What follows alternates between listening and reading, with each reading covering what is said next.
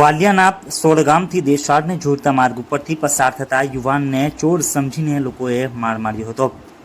હાલમાં social media ઉપર વિવિધ ગામોમાં ચોર ફરી રહ્યા હોવાના મેસેજ વાયરલ થઈ રહ્યા છે, જેના પગલે ગ્રામજનોમાં ફફડાટ જોવા મળી રહ્યો છે।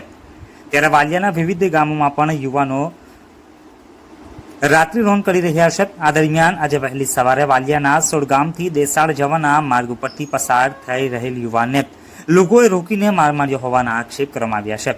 સોડગામના ગામનો રહેવાસી જયવીરસિંહ દોડિયા આજે વહેલી સવારે નોકરીએ જવા માટે નીકળ્યો હતો, ત્યારે સોડગામ દેસાડ માર્ગ ઉપર કેટલાક અજાણ્યા લોકોએ તેની કાર અટકાવી તેને માર માર્યો હતો અને કારમાં પણ તોડફોડ કરી હતી। જોકે ગભરાયેલ યુવાન બાદમાં કાર લઈ ત્યાંથી નીકળી ગયો હતો। યુવાનની કારનું પાર્સિંગ અન્ય જિલ્લાનું હોય લોકોએ તેને ચોર સમજીને માર માર્યો હોવાનો આક્ષેપ કરાયો છે। આ બાબતે યુવાન દ્વારા વાલિયા પોલીસમાં અરજી આપવામાં આવી છે। સોશિયલ મીડિયા ઉપર હાલ ચોર અંગેના મેસેજ વાયરલ થઈ રહ્યા છે, ત્યારે લોકોને અફવાઓથી દૂર રહી આ પ્રકારે કાયદો હાથમાં ન લેવા પોલીસ દ્વારા અપીલ કરવામાં આવી રહી છે। મારું નામ જયવીરસિંહ પ્રતાપસિંહ દોડિયા છે, ગામ સોડગામ। સવારે પશ્ચિમમાં કંપનીએ નોકરીએ જવા નીકળ્યો હતો સવારના 5 વાગે સોડગામથી। 5:30 વાગે વચ્ચે દેસાડ ગામ પાસે મને મેઇન રસ્તા પર અજાણ્યા લોકોએ આંતરીને મને રોકેલ હતો, જેમાં મારી 4 વ્હીલ ગાડી હતી।